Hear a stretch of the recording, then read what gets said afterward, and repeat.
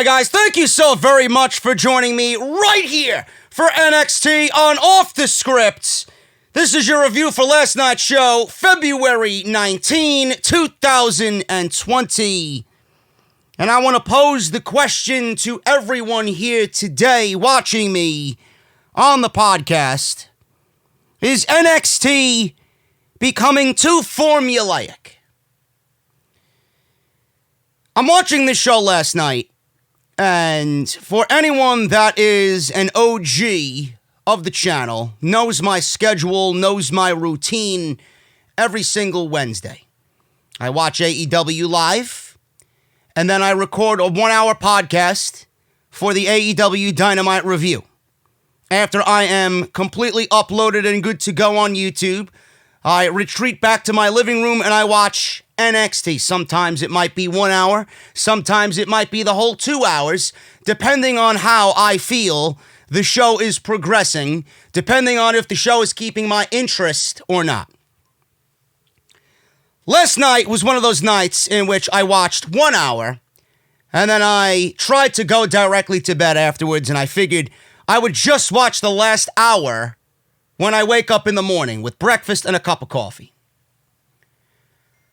I couldn't help but feel last night, while I was watching it, after I finished my work through 1 hour, that the show was boring.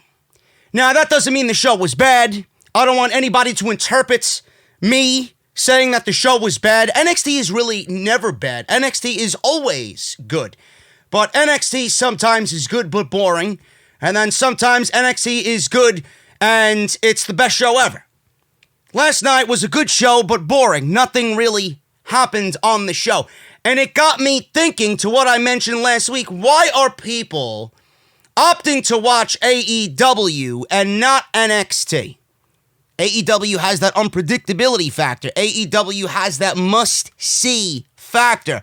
Yes, as of late, they are on fire. Yes, as of late, they got a pay-per-view that they have to build towards. Yes, their shows are going to be more must-see. NXT had Takeover on Sunday, Portland. And the shows were great leading into the pay-per-view. But there was just something missing from those shows. There was a certain feeling missing from those shows. WWE had Takeover on Sunday. Last night was the Fallout show.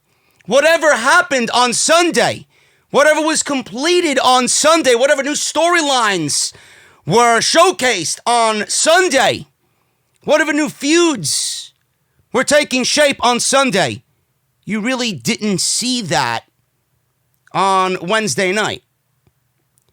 Now, I don't want anybody, like I said, to take the title and immediately interpret it, as JD is a NXT hater. I'm not. I am the biggest advocate for NXT that you could possibly ever see. Seriously. I love takeovers. They are the best show. It is arguably the best wrestling show in the world, Takeover. Anytime NXT does a takeover, I would rival it up against anything in this industry. But I don't know what it is. It made me think, am I wrong this entire time? Am I wrong? Does NXT need to be in a larger audience or a larger venue in front of a larger audience? I don't know. At first I was thinking maybe not. But shows like last night, it got me thinking maybe they do. Because there's no way that, and this goes back to the very beginning when we started to talk about the Wednesday Night Wars, there's no way a casual fan is watching TNT and you're flipping, to TBS, or not TBS, USA Network from TNT. And you're looking at both shows and you're going to get an instant thought about one show and an instant thought about the other. Why is this so much bigger than the other show? Why are there so many more people here? Why is it so much louder here compared to the other show on the USA Network? Maybe I was wrong. My initial thought was keep NXT at Full Sail because it makes the takeover shows that much more special. But then you get a show like Atlanta on Dynamite last night, and crowds like that, absolutely, I say this all the time, crowds like that make or break the fucking show. If you got a crowd like that and a show is subpar, the show is actually going to end up being good just because of the crowd reaction. You know, if you get a show like last night from Dynamite and the crowd sucked, then it would have been deducted points. People would have been like, oh, this show was kind of dull and boring. It all relies on the crowd's reaction, the crowd's interaction to what is being portrayed in the ring. NXT last night didn't give me any of that. Good show, dead crowd. Got me thinking, is the show too formulaic? Got me thinking, should the crowd be a little bit bigger? Should they move to a different venue? Should they move in front of larger audiences? I don't know. The formulaic mentality, or people thinking NXT is formulaic, comes from a small majority of people on social media. There are others who think the show is perfect. There are others who think the show is formulaic. I don't know why people jump to conclusions. The show was good, but Triple H, I feel, doesn't give a shit about the Wednesday Night Wars. Triple H is going to operate NXT as he feels NXT should operate. NXT does things in their own way. NXT marches to the beat of their own drum. They know the product that they have. They know the product that they will ultimately always put on. They know how great Takeover is. There's no rush to do anything. The basis of NXT is storytelling. AEW's basis and foundation is storytelling. They're in the middle of a pay-per-view now. We are in the tail end of February. WWE's got another week here in February, all of March, and then they feel like that's enough time to build towards TakeOver Tampa, WrestleMania weekend. Going into last night's show, what was the big selling point of last night's show? Roderick Strong and the Velveteen Dream, right? A Cruiserweight Championship match between Lio Rush and Jordan Devlin. Nobody's watching the show for a Cruiserweight Championship match. Nobody's watching for Jordan Devlin. No matter how great he is, nobody's watching for Jordan Devlin. No matter how great he has been, nobody's watching for Lio Rush. Nobody. A majority of the NXT regulars know who Velveteen Dream is. Has Velveteen Dream been on USA Network since the debut? No. A new audience, new eyes, new ears are being, I guess, de-virginized to the Velveteen Dream. Nobody might know who he is. You've seen him the last couple of weeks. You heard him the last couple of weeks. You got a feel for who he is the last couple of weeks. But a small portion of this audience might be seeing the Velveteen Dream for the very first time, whereas you and I, we've been watching the Velveteen Dream for the last 2.5, 3 years. We know what Patrick Clark is about. We know how good Patrick Clark is. Nobody's watching this show for a Roderick Strong Velveteen Dream match with no title implications on the line. It is simply a revenge angle because the Undisputed Era put him out for 5 months. Nobody's watching because of that main event last night. WWE had TakeOver on Sunday night. Tommaso Ciampa was betrayed by his brother, Johnny Gargano. You'd think that they would start this storyline, give us an explanation as to why Johnny Gargano did what he did on Sunday night to Tommaso Ciampa. We didn't get anything as far as where that's going next. All we got was a very vague, yet very intriguing promo by Tommaso Ciampa. And for those who say the show is formulaic, if I'm Johnny Gargano and I did what I did to Tommaso Ciampa, why would I show my face at NXT on Wednesday night? I'm not. He did what he did because he has his own reasons for doing what he did. We all know why he did what he did. But this is a live program now. This is not a 1-hour tape show on the WWE Network. Those types of things need to be in constant motion. You can't take a week off and stop because you want things to build on their own time. Johnny Gargano, it would have been beneficial for Johnny Gargano to be there last night, being that WWE has 2 hours to fill and we got 5 weeks till TakeOver Tampa. But I understand why he wasn't there, and this is why I don't jump to conclusions. This is why I don't automatically side with those who say the show is formulaic. If I'm Johnny Gargano, I am not showing my face at Full Sail, period. Because I know what is awaiting me in Tommaso Ciampa. They used last night's show to start the foundation for TakeOver Tampa. Gargano and Ciampa. Balor. He's coming back. We'll talk about where he's going to fit in. to all of this situation. I got my thoughts on that. I mentioned something Sunday night. I don't think it's going to happen, and I think they're going to go with Balor and a certain other direction. They're laying the foundations for what's next, right? We got that Austin Theory, Tommaso Ciampa match next week. That was set up. I'm pretty sure that's going to set up something with Johnny coming back, and we'll see where that goes. They built Bianca Belair and the idea of her wanting revenge on Charlotte Flair. I knew that was coming. Where it happens, when it happens, I don't know. I'm pretty sure it's going to happen on NXT to get those ratings up, because that is a match, one match I think a lot of people, no matter if you like women's wrestling or not, a match that a lot of people want to see. A match that I'm more intrigued for at WrestleMania than I would Charlotte and Rhea Ripley. Does this mean Bianca Belair gets the win over Charlotte Flair and then gets added to the WrestleMania match and makes it a triple threat match? I don't know. And everything with Keith Lee. WWE really didn't do anything to get you excited about Keith Lee's monstrous victory at TakeOver. We figured that we would have a little bit of an idea about who is next to challenge Keith Lee, and it seems like WWE is continuing with the Dominik Dijakovic and Keith Lee battle when realistically it should be over. It should have ended Sunday night. NXT is not formulaic. NXT is doing the same thing that AEW is doing. Storytelling.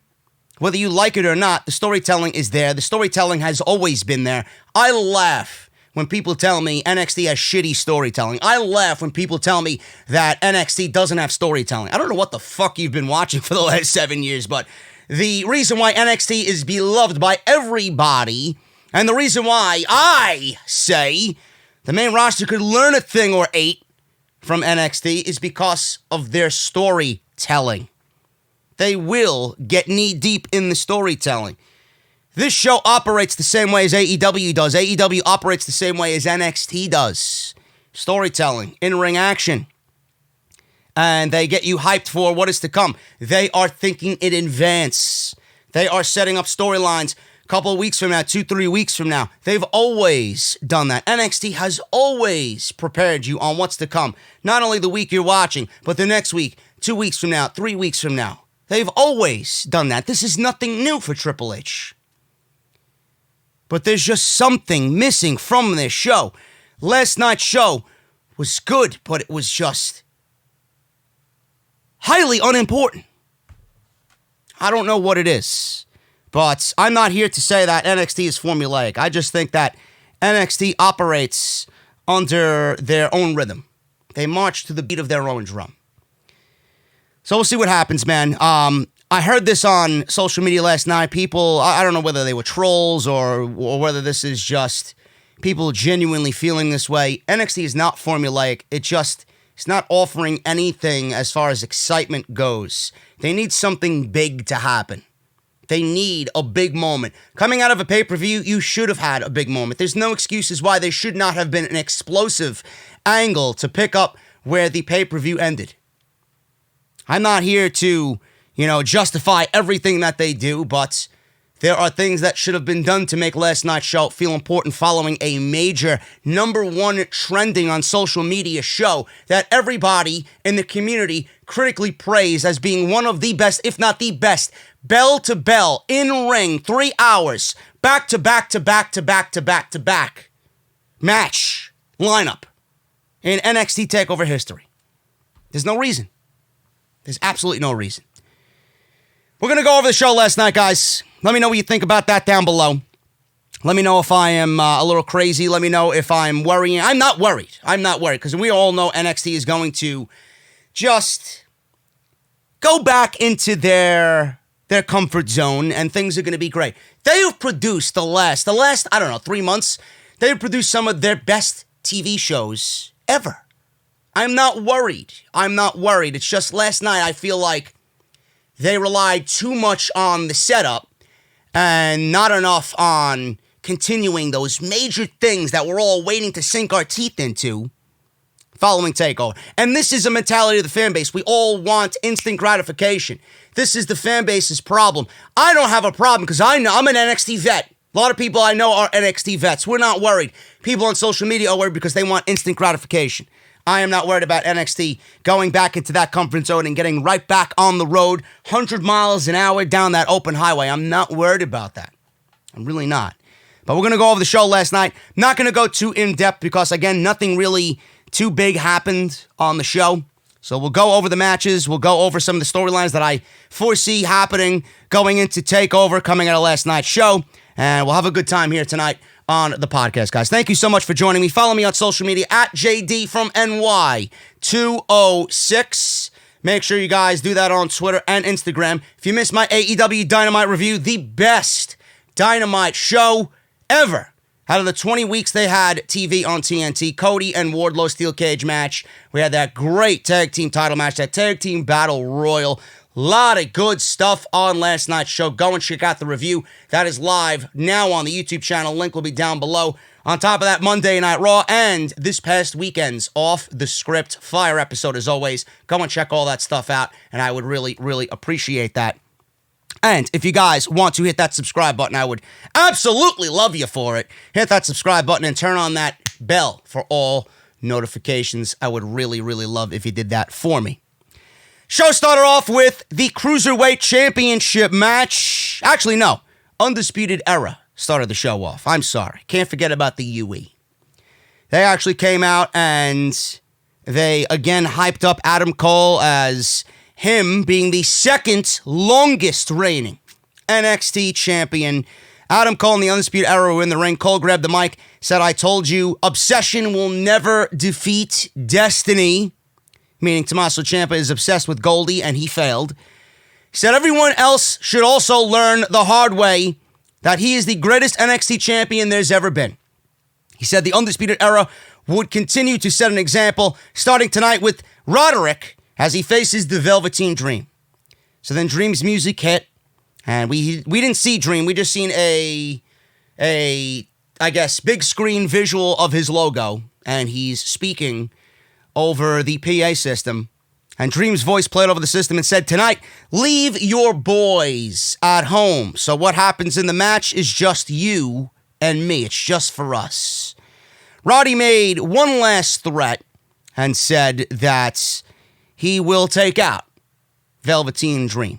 And if it's the last thing he does for his family, he vows to take out the Velveteen Dream.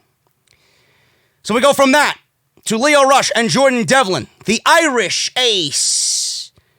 Really coming into his own. They did mention that Shawn Michaels has fallen in love professionally with Jordan Devlin, that he is the one guy that Shawn Michaels says everyone should keep an eye on. There was a report I mentioned in our OTS that Jordan Devlin is highly, highly praised by Shawn Michaels, and Ilya Dragunov is highly praised by Triple H. So they got their eyes on those next up-and-comers. Jordan Devlin is one of them. This match was great. It went almost 20 minutes, and like I said in the weeks prior, I love to see guys like this on a TakeOver show. If the story is there, if the story is good enough to sink your teeth into, because we all know the in-ring action is going to be there. If the story is good enough, and I honestly think it has been, these guys deserve a TakeOver card. These guys deserve to be on TakeOver in front of that larger audience. I would love to see these guys go balls to the wall, just pull out some new stuff in front of an audience like that for the Cruiserweight Championship. If the TakeOver shows are that grand, and the Cruiserweight Championship has honestly, consistently delivered some of the best in-ring action in all of WWE, there's no reason why they should not be put on that stage. And I'll continue to say that. Lio Rush is excellent. Jordan Devlin is excellent. Angel Garza has been excellent. Swerve has been excellent. No matter who is in that ring for the Cruiserweight Championship, you know you're going to get a unbelievable effort. Why they're not on that stage, I don't know. This one went almost 20 minutes. This was really, really good stuff. Predictable, because nobody knew, or I guess nobody realized that, well, not realized, but I guess nobody expected Lio Rush to win this match. There's no reason why Jordan Devlin was going to lose this championship after he had just won it from Angel Garza at Worlds Collide less than a month before.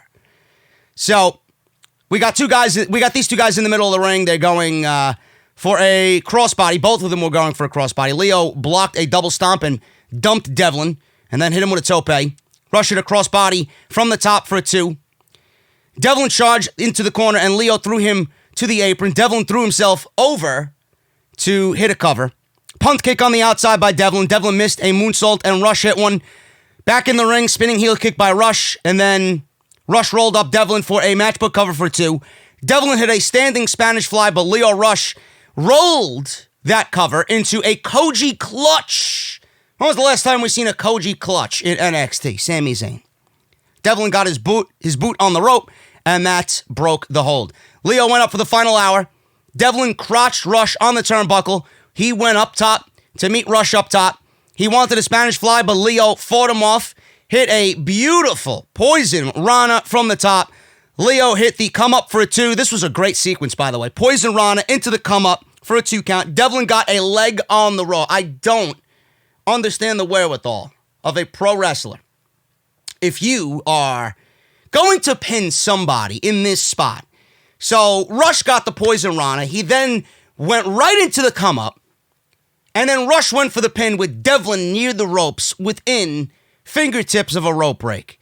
Rush pinned the inside leg, not the outside leg. Wouldn't you pull the outside leg away from the rope so that you know he can't get to the rope? Come on. Well, then I guess his arm or his hand would get to the rope. Just pull him away from the fucking rope, okay? Just pull him away from the rope.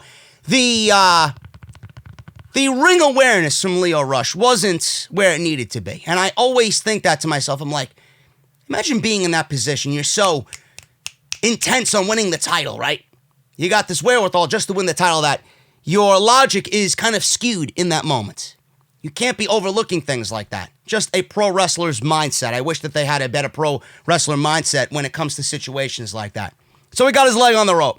Rush went up top for the final hour. He wanted to finish him off. He was pissed off that he got his foot on the rope. Went for the final hour. Devlin hit a headbutt and then finished Leo Rush off with the Devlin side, and that was it. Jordan Devlin wins close to a 20-minute match to open NXT. A little slow in the beginning, really picked up the pace towards the end. It was very predictable. There was not a soul in that building that expected Leo Rush to win that championship. They made it believable, but Jordan Devlin ends up getting the championship retain here, and it was a very, very good match. Get these guys on a takeover. I keep saying it every week. I think these guys would love it if they could showcase their talents on a takeover card. Maybe we'll see it for Takeover Tampa.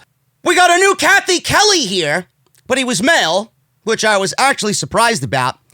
We didn't get a name. He was just a fellow in a suit. Interviewed Dakota Kai and Raquel Gonzalez, which some people were telling me that Raquel Gonzalez was trained by the Giant Gonzalez or is related to the Giant Gonzalez. Oh my God, have mercy on that woman's soul. Oh! Raquel said Dakota is somehow the outcast after War Games, but not anymore. Dakota said Raquel had her back, so now she's got hers. William Regal then came in and said that in 2 weeks, Raquel wouldn't be able to help Dakota as she faces Teagan Nox in a cage match. Wow! Cage match. I wonder where I seen one of them before. Oh, it was last night. It was last night on TNT. Is this happening by coincidence, folks? No, it's not. WWE realized that, oh, look, AEW's having a cage match, so we need to one-up them and have a cage match of our own. But this is not Cody and Wardlow. This is not having to do with Cody and MJF. This is Teagan Nox and Dakota Kai, which they seem to be, they went from Gear 1 to Gear 10 in this feud in like 3 weeks, you know? So it should be good. It should be good. It's just obviously a counter-programming maneuver by NXT, and nobody's going to convince me of that. The last time we seen a cage match on NXT TV was Shayna Baszler and Io Shirai, if I'm not mistaken. That was great. That was one of the best women's cage matches I think I've seen. And I loved that cage match. Do WWE cage matches keep the outside party away from the inside of the ring? No, and I'm pretty sure it's going to be the same thing with Raquel Gonzalez. Somebody will get involved here. Should be good. If anything, if there's anything that came out of TakeOver, it was Tegan Nox and Dakota Kai. Unbelievable match for a match that really nobody gave any credit to going in. Oh, look at this. I was even one of them that said, get this match off the show, do it at Full Sail, and get Jordan Devlin and Leo Rush on the show. I was mistaken. I am one of those people that will openly admit that I'm wrong, and I was wrong on that. I'm excited to see this, but is it happening because WWE feels like this is the next step in the feud, or is this a counter-programming measure because WWE wanted to keep an eye on the steel cage match on Wednesday with AEW, and they want to do one of their own to generate interest on Wednesday night? It's more than likely the latter of that situation. So we'll see what happens there. Should be good, though. Kathy Kelly was on this show, but she wasn't there live. She had a previously filmed sequence here with Rhea Ripley after TakeOver Portland. She was salty about Charlotte Flair's interference, leading to, obviously, her and the announcement made for WrestleMania. And it was Rhea Ripley and Charlotte Flair promotion for the title match. I would not get too comfortable with that yet. We got to see what's going on with Bianca Belair. So that match is the match for now, but if WWE is smart, they would incorporate Bianca Belair into this situation. Austin Theory came out for a match. Nobody knows who he was going up against. Tommaso Ciampa just came to the ring. No music or anything, which I loved. He just strolled out there because this is his brand. He can do whatever the fuck he wants. Tommaso Ciampa came out, grabbed the microphone. Austin Theory immediately tried to stop him, and he said, listen, Tommaso Ciampa was not even looking at Austin Theory. He's facing the camera and facing us, the crowd. He said, as Austin Theory was behind him, listen, man, not tonight. Not tonight. I'm telling you, not tonight. And if Tommaso Ciampa, Mr. Theory, who I am a big fan of, tells you not tonight, like a good little boy, you sit in the corner and you wait for this man to speak his mind and then leave your presence. That's all I will say. Did he do that? Of course not. He said he should have seen all of this coming. He said he was so focused on getting Goldie back that he stopped paying attention to his surroundings and stopped listening to his instinctual voice. And Tommaso Ciampa said he wasn't asking why. Why, Johnny, why? He said he knows why. Johnny knows why. And if one thing is clear, and then Austin Theory went for, I don't know what the fuck this guy was thinking. I don't know what he was going for. Ciampa caught him with a sucker punch and knocked him down. Ciampa grabbed the microphone again, and he said, in order to get his life back, there can be no Johnny Gargano in NXT.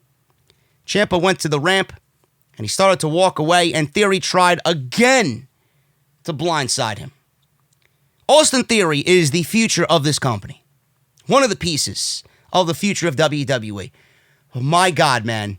Did he look like a fucking idiot? If you don't know how dangerous Tommaso Ciampa is, seriously, I would understand, but there's no way Austin Theory doesn't know who Tommaso is. Is he that upset over not wrestling on NXT TV last night? Honestly, was he that upset to risk his life in front of a fuming Tommaso Ciampa? He looked like a complete buffoon. And he looked like a chump. So, Tommaso Ciampa legitimately beat the shit out of this guy, throwing him around ringside, left and right, over and over again, into the barricade. And Theory didn't want to stay down. He just kept getting up. Ciampa headed through the curtains and said, Moro said Ciampa has eyes only for Johnny Gargano. But we got Austin Theory versus Tommaso Ciampa next week booked on the show because of Austin Theory's stupidity. Hope you enjoy your L, Mr. Theory. Robert Stone was directing a cameraman backstage, and Chelsea Green was taking more promotional photos. I don't know whether at this point she's a model or a pro wrestler. Who knows? Finn Balor and this very quick vignette, which obviously was filmed after TakeOver, He said NXT is his chessboard, and he proved it again in Portland. Next week, watch his next move. Where do we go with this? Where do we go with Finn Balor on NXT TV? I mentioned on TakeOver Sunday night that I expected, before the match, before the main event started, I was like, I could see Killer Kross showing up here. I could see Adam Cole retaining because of some fuck finish. Didn't know what it was at the time. Didn't know where it was going to come from, when it was going to come. At the end of the match with Cole retaining, I could see Killer Kross just showing up in Portland and him being the next in line to take that title off of Adam Cole. We've had the Undisputed Era lose the tag team titles. We've had Undisputed Era lose the North American Championship.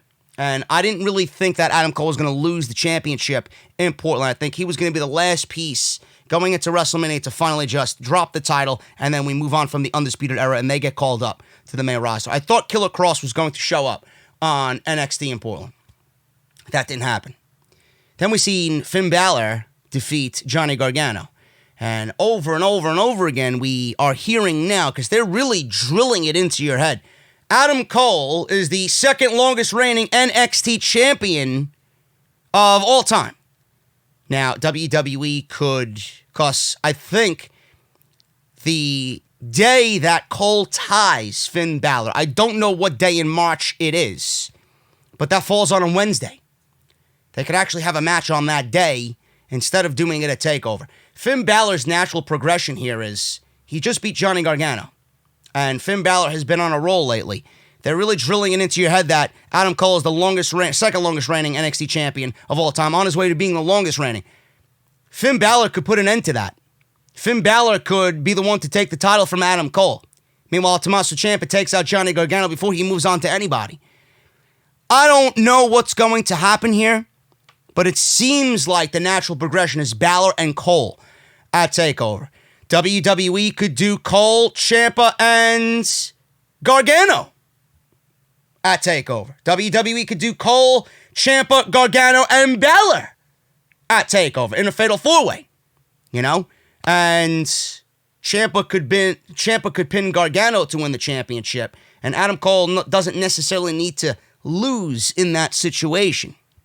So I don't know where they go. I would much rather the one-on-one match. Balor versus Adam Cole, and then Ciampa versus Johnny Gargano.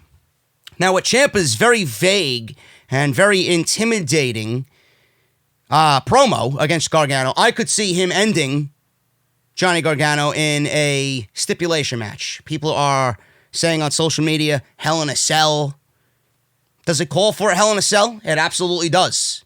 It's the most dangerous match in WWE. Imagine Hell in a Cell at TakeOver between Ciampa and Gargano. Hey, I'd be fucking scared for both of those guys' lives, because knowing both of them going into a match like that, they'll want to legitimately kill themselves. But they got a few different routes they could go in. They really do. WWE has a wide variety of toys to play with here, as far as where they want to go with Balor, where they want to go with Cole, where they want to go with Ciampa and Gargano. Killer Kross is not debuting on NXT TV. He's not. He is either showing up on SmackDown, because I failed to mention this on the SmackDown review. SmackDown, everybody's texting me now, so I don't know why everybody's texting me while I'm recording. It seems like they're just catching up with what everybody's talking about as far as Dynamite and NXT last night. Killer Kross, he's either showing up on SmackDown or showing up on TakeOver in Tampa. SmackDown, I failed to mention this on the review. There was static in and out of some parts of the show. People were saying that could be introduction for Killer Kross subtly. I don't know. I don't know why you would introduce Killer Kross to the main roster when nobody knows who he is. I would think that they actually debut him on TakeOver in Tampa, where whoever wins the World Championship has Killer Kross to look forward to next. And I could honestly see that happening. I would prefer him to be in front of that audience, generate the buzz there, and then show up on TV Wednesday. Why would you debut him on NXT TV in front of 700,000 people in a losing effort against AEW? You're going to debut him in front of the most eyes on the product, and the most eyes on the product is going to be on that Saturday for TakeOver Tampa. Killer Kross is going to play a factor into the main event scene come WrestleMania or not. It's going to be TakeOver or SmackDown, which I would prefer TakeOver and NXT because that's the natural way of doing things. You don't want to put this guy on the main roster. Nobody knows who he is. And I have a feeling that if you do that, you're risking him not getting over completely. I don't trust those people to do anything right with Killer Kross. I do trust Triple H doing right by Killer Kross and then getting him ready for that next level. There's no rush. There's no rush. So I could see all 5 of those guys just mixing it up at TakeOver Tampa. I could see Killer Kross being thrusted into that after TakeOver Tampa is done. Where we go, I'm sticking to Balor and Cole and Ciampa Gargano at TakeOver. And if that's a 1-2 combination that they want to go with, you're not going to get any complaints from me. Raul Mendoza and Joaquin Wilde, who I loved his ring gear last night. He looked like a fucking alien. He really did. First, the Grizzled Young Veterans. It looks like the Grizzled Young Veterans are going to be on NXT TV, and that's a smart move. They were already NXT UK Tag Team Champions. They are very good at what they do, but hopefully WWE in front of this audience can get them as hated as they were in front of NXT UK audiences, because that's what really sold the team. The fucking sheer hatred that everybody had for Zack Gibson was fucking great. Really great. But this was very academic. We got the Grizzled Young Veterans winning here, and that was Ticket to Mayhem. That was it. That was it. Raul Mendoza and Joaquin Wilde could really add a lot to the Cruiserweight division. Hopefully, we are not seeing the makeup of a new tag team, but I would rather see them in the Cruiserweight division. I think those two could add a lot. Raul Mendoza is incredibly underrated. I'd love to see him in the Cruiserweight division start establishing himself there. Same thing, Joaquin Wilde. Gibson on the microphone said that this was the home of neckbeards and the land of the unrefined Yanks. He then reminded the crowd that they are the Grizzled Young Veterans and that they're coming to NXT to pretty much be that team. I love them. Hopefully people could get on board with them because they are fucking great at what they do. The Broserweights, Pete Dunne and Matt Riddle versus Oney, Lorcan and Danny Burch. This was also very academic. Much better than the Grizzled Young Veterans versus Raul Mendoza and Joaquin Wilde. Burch and Lorcan are that tag team where you need a solid win. That's the team to get a solid win over because they are tough as fucking dirt. These guys are awesome. So, we had a lariat by Burch. He covered Riddle for a 2. Crossface on Riddle. Then Dunne fought off Lorcan. Broke Burch's crossface with a kick. Burch threw European uppercuts on Riddle. Step-up knee by Riddle. The two then exchanged shots until Riddle hit a powerbomb. And then Burch no-sold the powerbomb. Came right back up. Bounced right back up. And nailed Riddle with a clothesline. Burch then tagged out. Riddle tagged out. The force of the clothesline landed Riddle to make the tag over to Pete Dunne. So we got Lorcan and Pete Dunne in the match. Running European uppercut by Oney. Blockbuster by Lorcan. Fired him up. He wanted a snapmare on Dunne from the corner, but Dunne snapped his fingers. Of course he did. Then we get a tandem spot with Dunne slamming Lorcan into a flash knee by Riddle. The Riddle End is what they call it. And the Broserweights win the match. So, I laughed, man. Before the match even started, Riddle and Dunne, I love their interactions, man. It's just so genuine, and it's just so heartwarming to see Matt Riddle be Matt Riddle and Pete Dunne be Pete Dunne. It's truly like the Odd Couple, and it's fucking hilarious. You know, you want WWE Network shows, give these guys their own show. I'd watch that every week if Matt Riddle and Pete Dunne gave me 30 minutes on a fucking sitcom together. The Odd Couple, WWE style. Matt Riddle asks, where is our golf... Oh, actually, Pete Dunne asks, where is our golf cart? So, Dunne said... Dunne said, yeah, you managed to get it impounded. You managed to get it impounded. But the only thing that matters is that the Broserweights are the new tag team champions. Chance of you deserve it. Riddle said, bro, the celebration continues. He said Dunne partied too hard and unfortunately failed the wellness policy and was suspended 30 days. So we got some laughs for that line. So I'm loving their interaction, man. I don't know who the next in line is for the Broserweights, but it could be the Grizzled Young Veterans. Hopefully WWE gets those two guys up to a point where the match could really mean something and just develop a story. because I think both of those teams would absolutely kill it in a tag team title match. Moving on here, man. We got Keith Lee versus Kona Reeves. Just as quick as Kona Reeves came out, he was done. Big Bang Catastrophe, and that was it. 13 seconds. Keith Lee wanted to speak in front of the audience here, and bask in his glory chants rang out through NXT. Lee was about to speak, and Kona Reeves just came out. For what? I don't know. I guess he wanted his death warrant tonight. Reeves grabbed the microphone, but Lee pounced him, and all Lee said is, "You can ring the bell." The BBC, and that was it for Keith Lee. Done. Big Bang Catastrophe, by the way, you fucking perverts. So Dominik Dijakovic came out of nowhere, said, "Keith, I'm sorry, I'm not ready to move on yet." And the crowd did, "Aww," as if they were a couple. And then Keith Lee was like, whoa, bro, seriously. I'm not like that, bro. You know, you and I both know I had you beat at Takeover. He said, he only lost because he didn't hit the Spanish fly from the top or feast your eyes because of his lower back. Keith Lee said Dijakovic has plenty of excuses. What if? But the fact remains is that I am the NXT North American Champion and I won the match. If you could talk William Regal into it, the two can fight forever.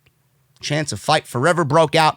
I think I'm over this feud, man. WWE is really playing into it way too much. I don't know who Dijakovic faces next for the shot at Keith Lee, but whoever it is, I hope he loses. I really do. That match should have been a blow-off, no question. There's no reason why we need to see Keith Lee and Dominik Dijakovic again for the North American Championship. I think Keith Lee needs a new opponent. Who that is, I don't know. Kaden Carter versus Chelsea Green with Robert Stone. This one was very academic. There was no reason why anybody went into this thinking that Kaden Carter was going to get another win over Chelsea Green. So we got Bianca Belair coming out here in the middle of the match. Bianca Belair came out in the middle of the match. She waved off Chelsea Green and said, "Listen, I'm going to let you guys finish. And then she said to Charlotte, without really mentioning her name in the beginning of this promo, "You want to put your hands on me? You don't even go here," I said. So at the end of TakeOver, I felt like I do want you to go here. I do want you back here. And if she wants to come back to NXT, I am going to whoop that ass. I love Bianca's presence here. I love Bianca's just vibe here. You just got to sense that she is legitimately going to fucking kick her ass. And I would not want to fuck with Bianca Belair. I love this. Does WWE do this on NXT TV? Of course they do. Of course they do. That's their mentality. They want the rating for Charlotte and Bianca, knowing that a lot of the people who love Bianca and love Charlotte, who want to see this match more so than Charlotte and Rhea, they're going to do this on NXT TV to get that rating because Charlotte is a main roster talent. Now, if I'm doing this, I'm doing this on Monday Night Raw. Why? Because fuck the rating. Bianca deserves Monday Night Raw. Bianca deserves to be in front of millions of people, not in front of the tens of thousands of people that NXT is undoubtedly going to draw and lose to AEW. So you know they just teased the match here. They're saving it. They're saving it until after Revolution. They're saving it until after AEW does. They're going to save that match for the middle of March somewhere where AEW has nothing going on. So if I'm doing this, I'm doing it on Monday Night Raw. But WWE is going to do this match as a main event on NXT TV somewhere in March after AEW is gotten done with Revolution. It's sad. It really is sad. It's blatant as day why WWE is doing what they're doing. I don't like it. Chelsea Green ended up winning the match. Bianca showing up was the only thing that really mattered here. And it kind of took away from the match. I don't understand why they did this with Ciampa. And then why they did this with Bianca, interrupting matches. You know, it throws off the formulaic vibe, but, you know, Ciampa, I don't really give a shit because nobody knew who Austin Theory was fighting. But in the middle of a Chelsea Green, Kaden Carter match, what does that say about what people think of Chelsea Green and Kaden Carter and the interest that match is generating, that you're going to throw Bianca Belair out there? Come on. So, WWE, I would do this on Raw, and I would not do it on NXT, and I would have Bianca Belair beat Charlotte Flair. Triple threat, folks. This is the only hope we have for Bianca getting added to that WrestleMania match and making it a triple threat. Bianca wins with the KOD. Simple. Charlotte, do the deed. That's all I have to ask. Velveteen Dream versus Roderick Strong. This was the main event of the show. This was Velveteen Dream's first TV match in 5 months. Morrow made mention that this was his first TV match in 5 months. Acknowledging that house shows do exist because he mentioned Dream's first match back on NXT TV in 5 months. The little details. Dream and Strong, I love both guys. Don't get me wrong. I didn't really have any interest in the match to where I really should have been interested. Something was off here. Dream didn't look as smooth as he usually does, but I'm not contributing that to him being a bad wrestler. I'm just contributing that to him being off for 5 months. He's got to get acclimated again. He did look a little sloppy here. Some mistimings. He was off here and there. Not a bad match, but not really something that I would hang my hat on for a main event on this show.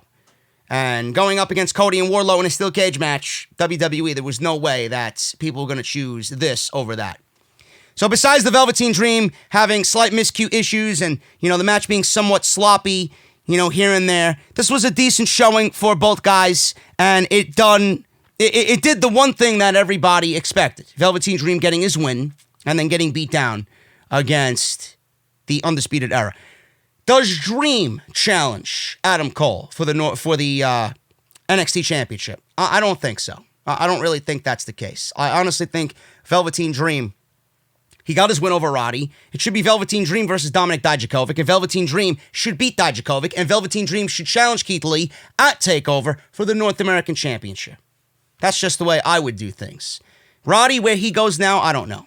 Undisputed Era, I don't even know where the foursome goes together. I don't really know. It's all Adam Cole right now. It's all Adam Cole and where he's going to end up and when he's inevitably going to lose that championship.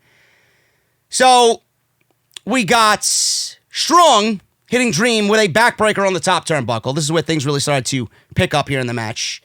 Strong wanted a suplex. Dream blocked one and another. He looked like he was going for a Dream Valley driver off the top rope to the outside, but that wasn't going to happen. So Strong wanted a suplex. Dream blocked one and another.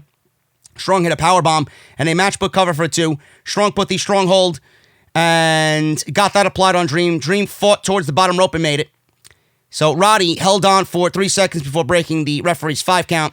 Dream blocked what looked to be a sharpshooter and then sent Strong out of the ring to separate themselves or separate him from Strong.